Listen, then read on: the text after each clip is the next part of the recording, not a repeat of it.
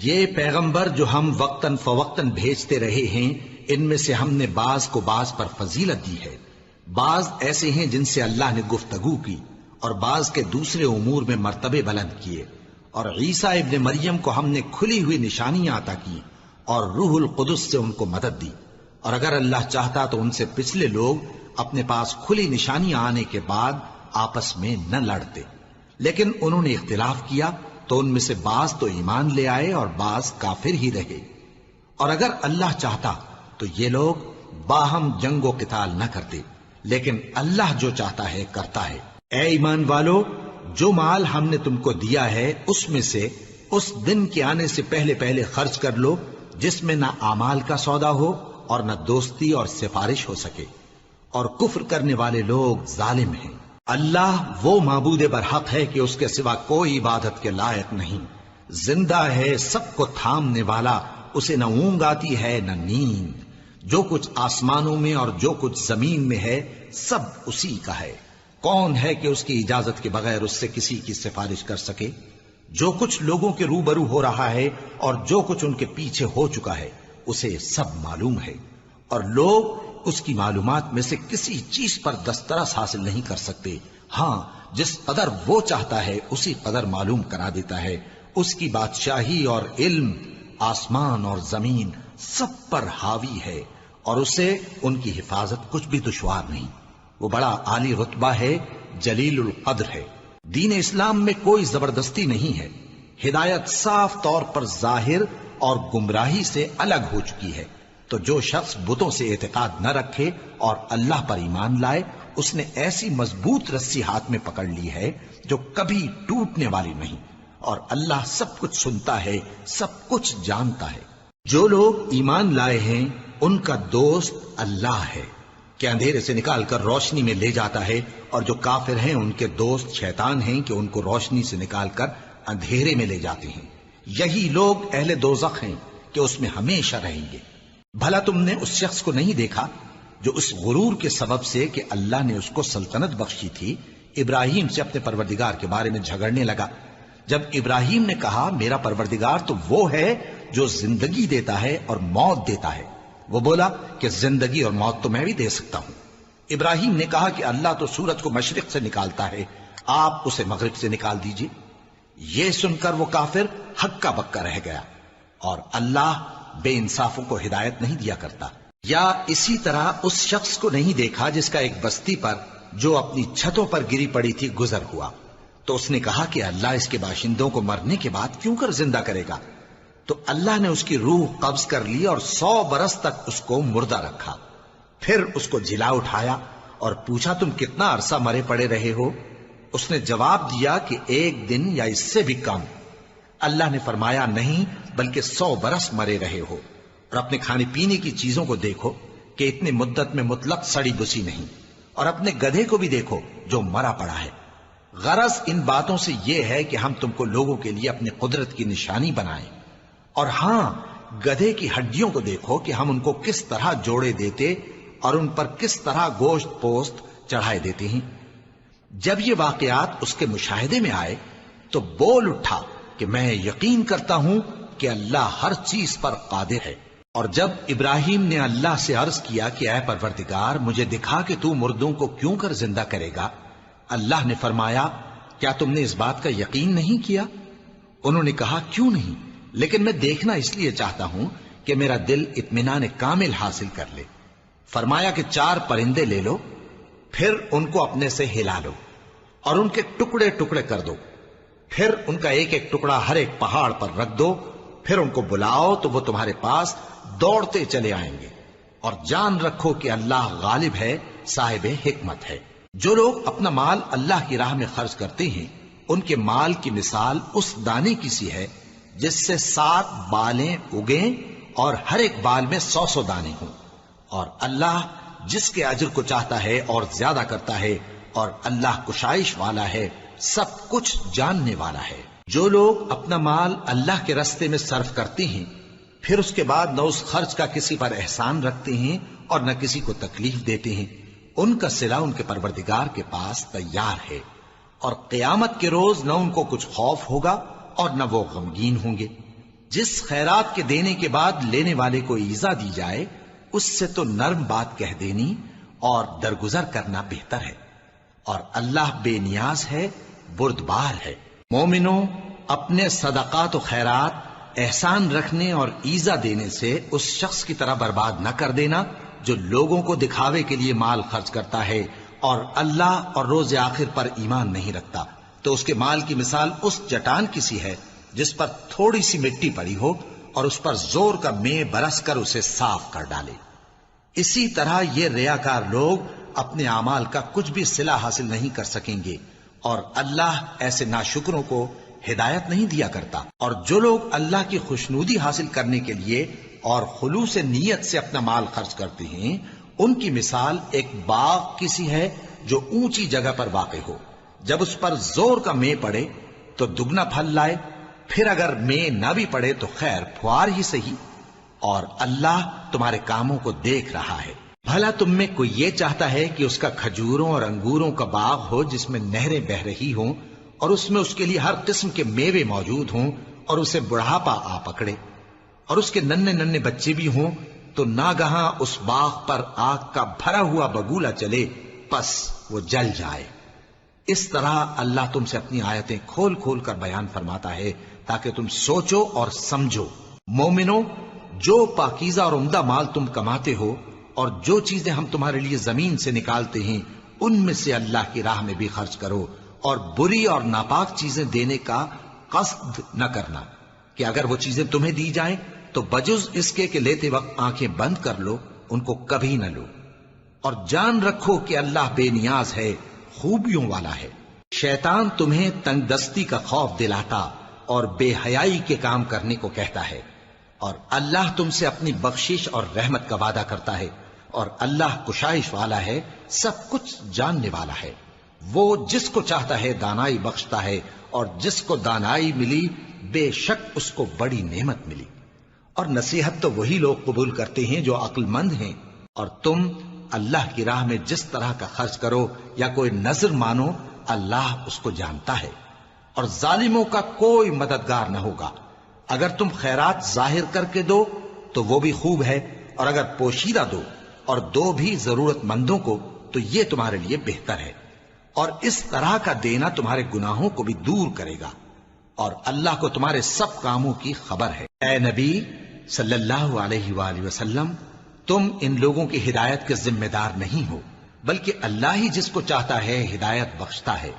اور مومنو، تم جو مال خرچ کرو گے تو اس کا فائدہ تمہیں کو ہے، اور تم تو جو خرچ کرو گے اللہ کی خوشنودی کے لیے کرو گے، اور جو مال تم خرچ کرو گے وہ تمہیں پورا پورا دے دیا جائے گا اور تمہارا کچھ نقصان نہیں کیا جائے گا۔ اور ہاں، تم جو خرچ کرو گے تو ان حاجت مندوں کے لیے جو اللہ کی راہ میں رکے بیٹھے ہیں اور ملک میں کسی طرف جانے کی طاقت نہیں رکھتے اور مانگنے سے آر رکھتے ہیں، یہاں تک کہ نہ مانگنے کی وجہ سے ناواقف شخص ان کو تونگر خیال کرتا ہے، اور تم قیافے سے ان کو صاف پہچان لو کہ حاجت مند ہیں، اور شرم کے سبب لوگوں سے منہ پھوڑ کر اور لپٹ کر نہیں مانگ سکتے۔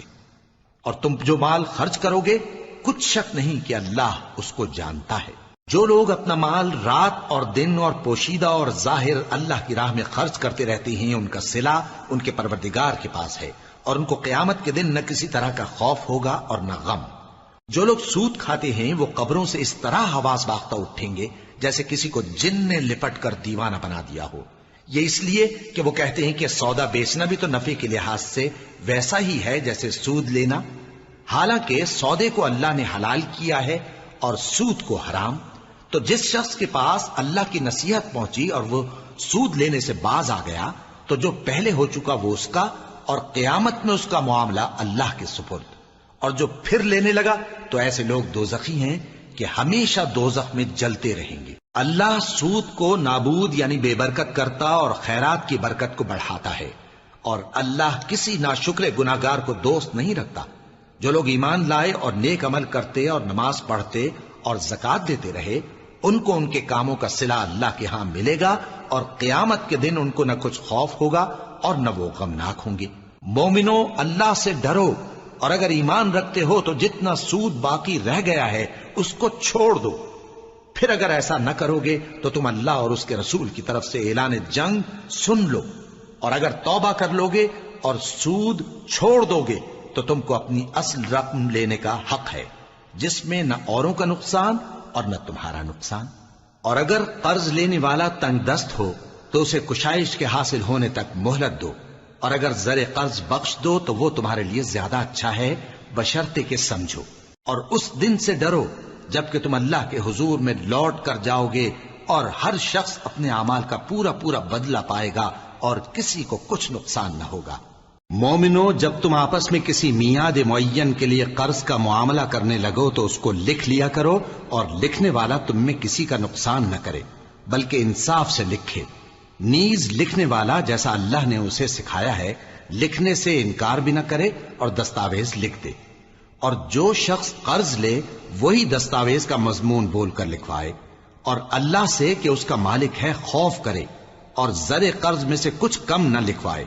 اور اگر قرض لینے والا کم عقل یا ضعیف ہو یا مضمون لکھوانے کی قابلیت نہ رکھتا ہو تو جو اس کا ولی ہو وہ انصاف کے ساتھ مضمون لکھوائے، اور اپنے میں سے 2 مردوں کو ایسے معاملے کے گواہ کر لیا کرو، اور اگر 2 مرد نہ ہوں تو 1 مرد اور 2 عورتیں جن کو تم گواہ پسند کرو کافی ہیں، کہ اگر ان میں سے ایک بھول جائے گی تو دوسری اسے یاد دلا دے گی۔ اور جب گواہ گواہی کے لیے طلب کیے جائیں تو انکار نہ کریں، اور قرض تھوڑا ہو یا بہت اس کی دستاویز کے لکھنے لکھانے میں سستی نہ کرنا۔ یہ بات اللہ کے نزدیک نہایت قرین انصاف ہے، اور شہادت کے لیے بھی یہ بہت درست طریقہ ہے۔ اس سے تم کو کسی طرح کا شک و شبہ بھی نہیں پڑے گا۔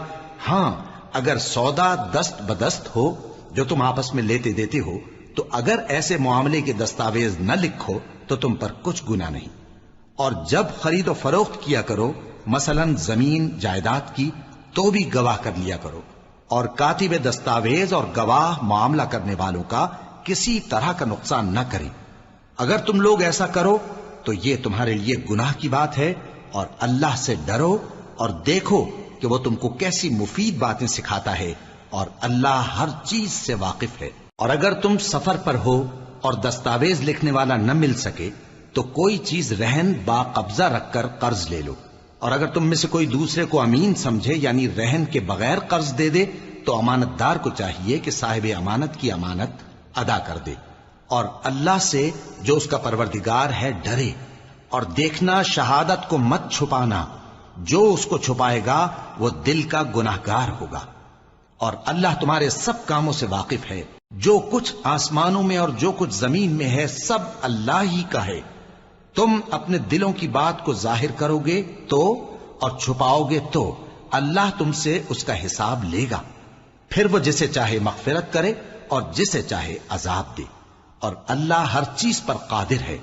رسول اللہ صلی اللہ علیہ وآلہ وسلم اس کتاب پر جو ان کے پروردگار کی طرف سے ان پر نازل ہوئی ایمان رکھتے ہیں، اور مومن بھی سب اللہ پر اور اس کے فرشتوں پر اور اس کی کتابوں پر اور اس کے پیغمبروں پر ایمان رکھتے ہیں، اور کہتے ہیں کہ ہم اس کے پیغمبروں سے کسی میں کچھ فرق نہیں کرتے، اور وہ اللہ سے عرض کرتے ہیں کہ ہم نے تیرا حکم سنا اور قبول کیا۔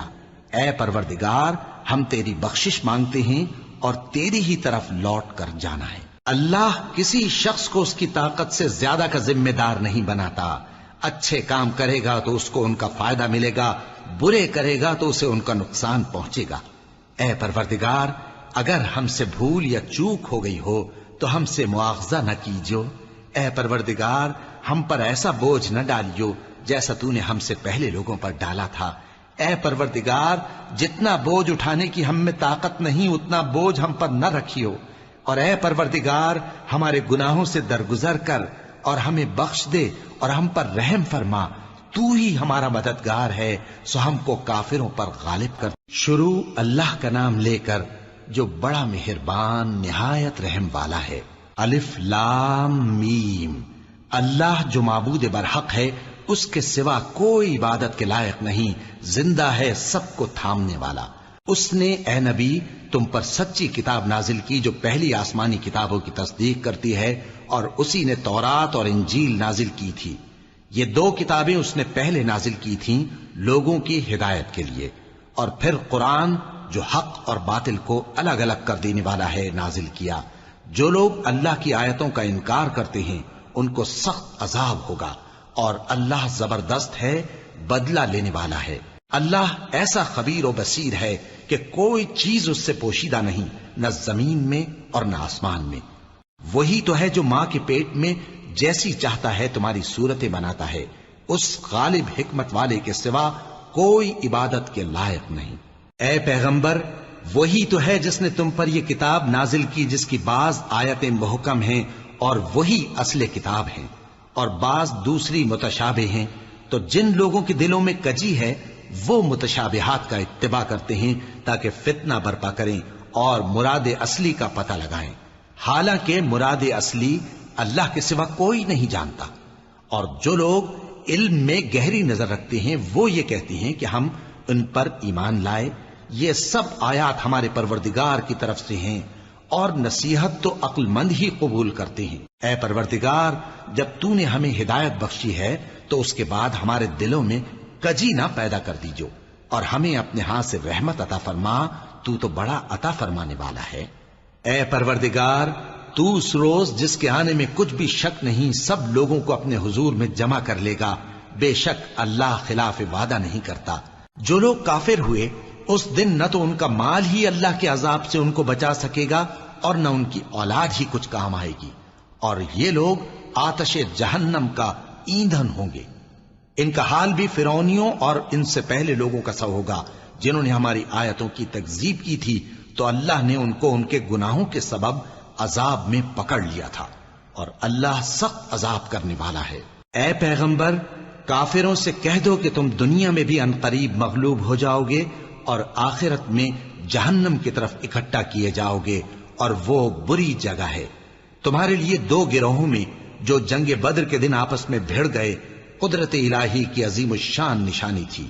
ایک گروہ مسلمانوں کا تھا، وہ اللہ کی راہ میں لڑ رہا تھا، اور دوسرا گروہ کافروں کا تھا، وہ ان کو اپنی آنکھوں سے اپنے سے دگنا مشاہدہ کر رہا تھا۔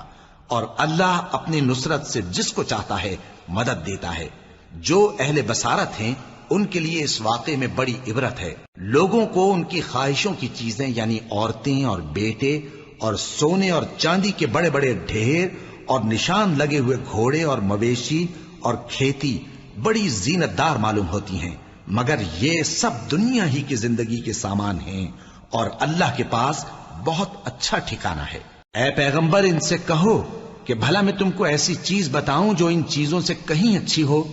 سنو، جو لوگ پرہیزگار ہیں ان کے لیے اللہ کے ہاں باغات بہشت ہیں جن کے نیچے نہریں بہ رہی ہیں، ان میں وہ ہمیشہ رہیں گے، اور پاکیزہ بیویاں ہیں، اور سب سے بڑھ کر اللہ کی خوشنودی۔ اور اللہ اپنے سب بندوں کو دیکھ رہا ہے جو اللہ سے التجا کرتے ہیں کہ اے پروردگار، ہم ایمان لے آئے سو ہم کو ہمارے گناہ معاف فرما اور ہم کو دوزخ کے عذاب سے محفوظ رکھ۔ یہ وہ لوگ ہیں جو مشکلات میں صبر کرتے اور سچ بولتے اور عبادت میں لگے رہتے اور نیکی میں خرچ کرتے اور اوقات سحر میں گناہوں کی معافی مانگا کرتے ہیں۔ اللہ تو اس بات کی گواہی دیتا ہے کہ اس کے سوا کوئی معبود نہیں، اس حال میں کہ وہ انصاف کا حاکم ہے، اور فرشتے اور علم والے بھی گواہی دیتے ہیں کہ اس غالب حکمت والے کے سوا کوئی لائق عبادت نہیں۔ دین تو اللہ کے نزدیک اسلام ہی ہے، اور اہل کتاب نے جو اس دین سے اختلاف کیا تو علم حاصل ہونے کے بعد آپس کی ضد سے کیا، اور جو شخص اللہ کی آیتوں کو نہ مانے تو اللہ جلد حساب لینے والا ہے۔ اے پیغمبر، پس اگر یہ لوگ تم سے جھگڑنے لگیں تو کہنا کہ میں اور میرے پیرو تو اللہ کے فرمانبردار ہو چکے، اور اہل کتاب اور ان پڑھ لوگوں سے کہو کہ کیا تم بھی اللہ کے فرمانبردار بنتے اور اسلام لاتے ہو؟ پس اگر یہ لوگ اسلام لے آئیں تو بے شک ہدایت پالیں، اور اگر تمہارا کہا نہ مانے تو تمہارا کام صرف اللہ کا پیغام پہنچا دینا ہے، اور اللہ اپنے بندوں کو دیکھ رہا ہے۔ جو لوگ اللہ کی آیتوں کو نہیں مانتے اور انبیاء کو ناحق قتل کرتے رہے ہیں، اور جو انصاف کرنے کا حکم دیتے ہیں انہیں بھی مار ڈالتے ہیں، ان کو دکھ دینے والے عذاب کی خوشخبری سنا دو۔ یہ ایسے لوگ ہیں جن کے اعمال دنیا اور آخرت دونوں میں برباد ہیں، اور ان کا کوئی مددگار نہیں ہوگا۔ بھلا تم نے ان لوگوں کو نہیں دیکھا جن کو کتاب یعنی تورات سے حصہ دیا گیا اور وہ اس کتاب اللہ یعنی قرآن کی طرف بلائے جاتے ہیں تاکہ یہ ان کے تنازعات کا ان میں فیصلہ کر دے؟ تو ایک فریق ان میں سے پھر جاتا ہے اور منہ پھیر لیتا ہے، یہ اس لیے کہ یہ اس بات کے قائل ہیں کہ دوزخ کی آگ ہمیں چند روز کے سوا چھو ہی نہیں سکے گی، اور جو کچھ یہ دین کے بارے میں بہتان باندھتے رہے ہیں اس نے ان کو دھوکے میں ڈال رکھا ہے۔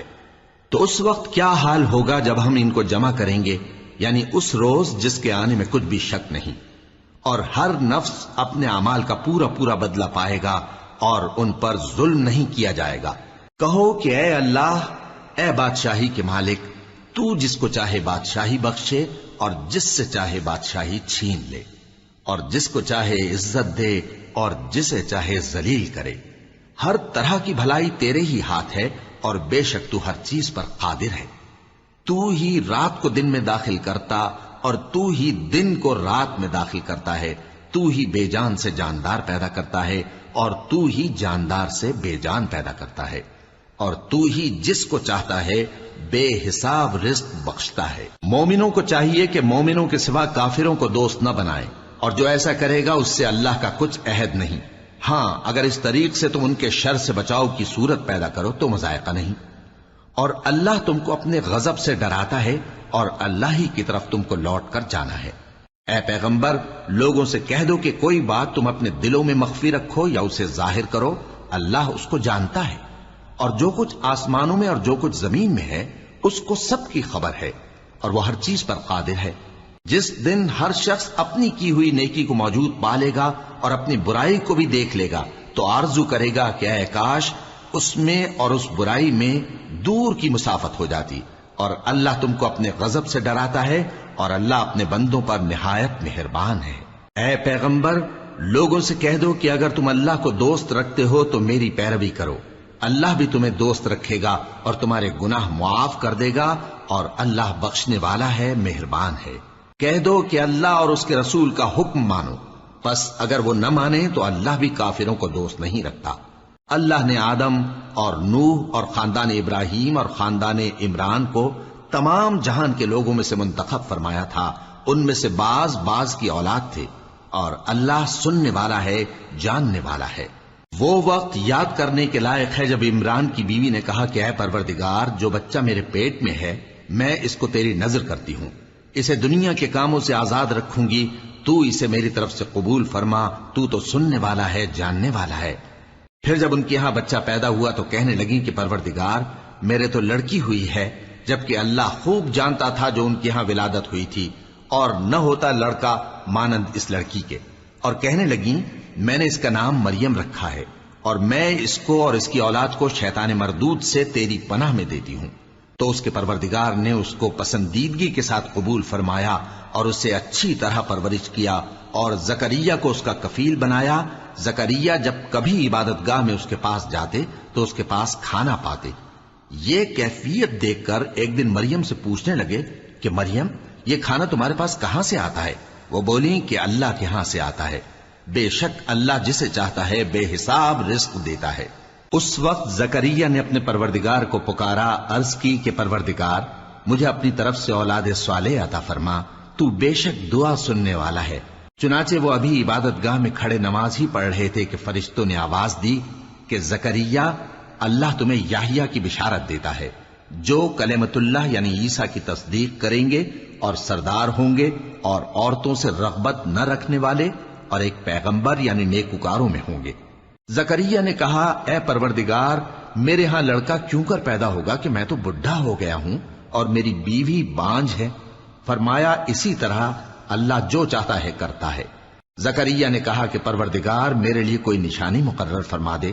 فرمایا تمہاری نشانی یہ ہے کہ تم لوگوں سے 3 دن اشارے کے سوا بات نہ کر سکو گے، تو ان دنوں میں اپنے پروردگار کی کثرت سے یاد اور صبح و شام اس کی تسبیح کرنا۔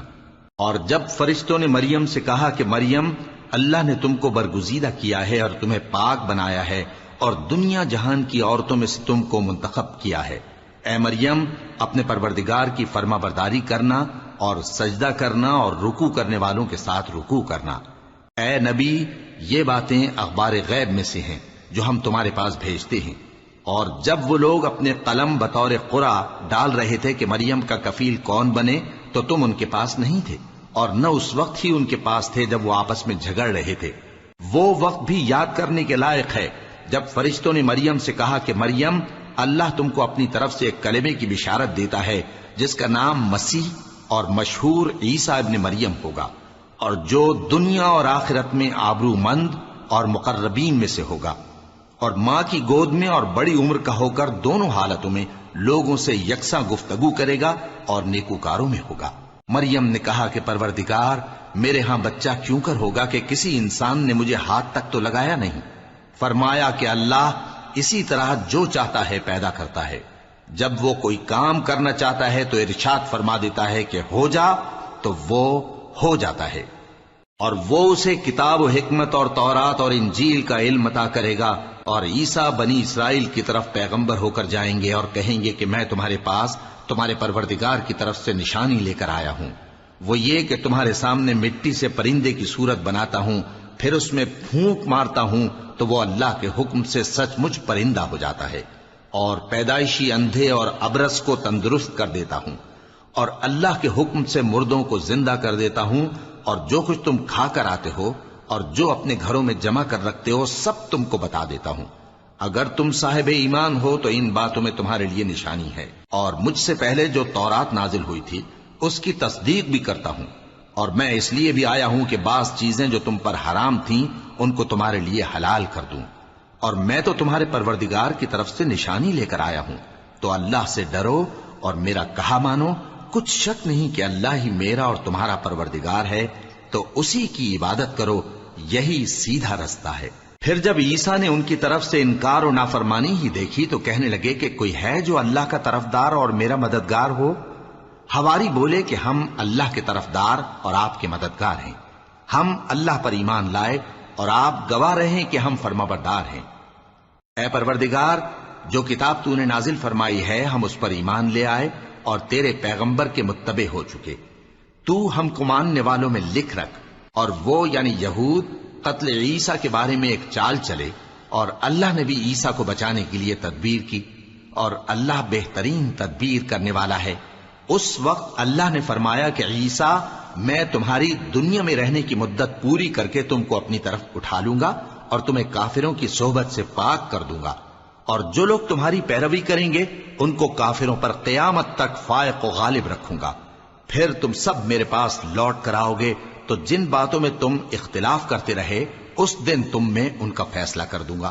اب جو کافر ہوئے ان کو دنیا اور آخرت دونوں میں سخت عذاب دوں گا، اور ان کا کوئی مددگار نہ ہوگا۔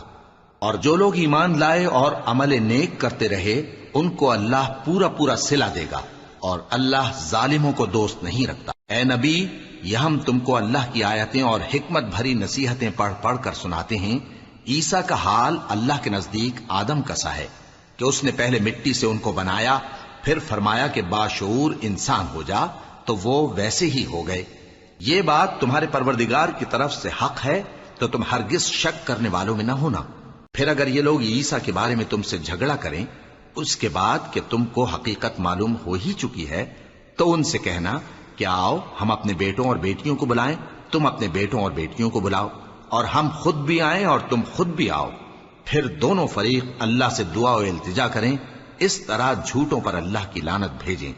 یہ تمام بیانات صحیح ہیں، اور اللہ کے سوا کوئی معبود نہیں، اور بے شک اللہ غالب ہے، صاحب حکمت ہے۔ بس اگر یہ لوگ پھر جائیں تو اللہ مفسدوں کو خوب جانتا ہے۔ کہہ دو کہ اے اہل کتاب، جو بات ہمارے اور تمہارے دونوں کے درمیان یکساں تسلیم کی گئی ہے اس کی طرف آؤ، وہ یہ کہ اللہ کے سوا ہم کسی کی عبادت نہ کریں اور اس کے ساتھ کسی چیز کو شریک نہ بنائیں، اور ہم میں کوئی کسی کو اللہ کے سوا اپنا کارساز نہ سمجھے۔ پھر اگر یہ لوگ اس بات کو نہ مانیں تو ان سے کہہ دو کہ تم گواہ رہو کہ ہم اللہ کے فرما بردار ہیں۔ اے اہل کتاب، تم ابراہیم کے بارے میں کیوں جھگڑتے ہو؟ حالانکہ تورات اور انجیل ان کے بعد اتری ہیں اور وہ پہلے ہو چکے، تو کیا تم عقل نہیں رکھتے؟ دیکھو، ایسی بات میں تو تم نے جھگڑا کیا ہی تھا جس کا تمہیں کچھ علم تھا بھی، مگر ایسی بات میں کیوں جھگڑتے ہو جس کا تم کو کچھ بھی علم نہیں؟ اور اللہ جانتا ہے اور تم نہیں جانتے۔ ابراہیم نہ تو یہودی تھے اور نہ عیسائی، بلکہ سب سے بے تعلق ہو کر ایک اللہ کے ہو رہے تھے اور اسی کے فرما بردار تھے اور مشرکوں میں نہ تھے۔ ابراہیم سے زیادہ قرب رکھنے والے تو وہ لوگ ہیں جو ان کی پیروی کرتے رہے، اور یہ پیغمبر آخر الزماں صلی اللہ علیہ وآلہ وسلم اور وہ لوگ جو ایمان لائے ہیں، اور اللہ مومنوں کا کارساز ہے۔ اے اہل اسلام، بعض اہل کتاب اس بات کی خواہش رکھتے ہیں کہ کسی طرح تم کو گمراہ کر دیں، حالانکہ یہ تم کو کیا گمراہ کریں گے، اپنے آپ کو ہی گمراہ کر رہے ہیں اور نہیں جانتے۔ اے اہل کتاب، تم اللہ کی آیتوں سے کیوں انکار کرتے ہو اور تم تورات کو مانتے تو ہو؟ اے اہل کتاب، تم سچ کو جھوٹ کے ساتھ خلط ملط کیوں کرتے ہو اور حق کو کیوں چھپاتے ہو جبکہ تم جانتے بھی ہو؟ اور اہل کتاب کا ایک گروہ اپنے آدمیوں سے کہتا ہے کہ جو کتاب مومنوں پر نازل ہوئی ہے اس پر دن کے شروع میں تو ایمان لے آیا کرو اور اس کے آخر میں انکار کر دیا کرو، تاکہ وہ اسلام سے برگشتہ ہو جائیں اور اپنے دین کے پیروں کے سوا کسی اور کی بات کا یقین نہ کر لینا۔ اے پیغمبر، کہہ دو کہ ہدایت تو اللہ ہی کی ہدایت ہے۔ وہ یہ بھی کہتے ہیں، یہ بھی نہ ماننا کہ جو چیز تم کو ملی ہے ویسی کسی اور کو بھی مل سکتی ہے، ورنہ وہ تم پر تمہارے رب کے روبرو حجت قائم کر دیں گے۔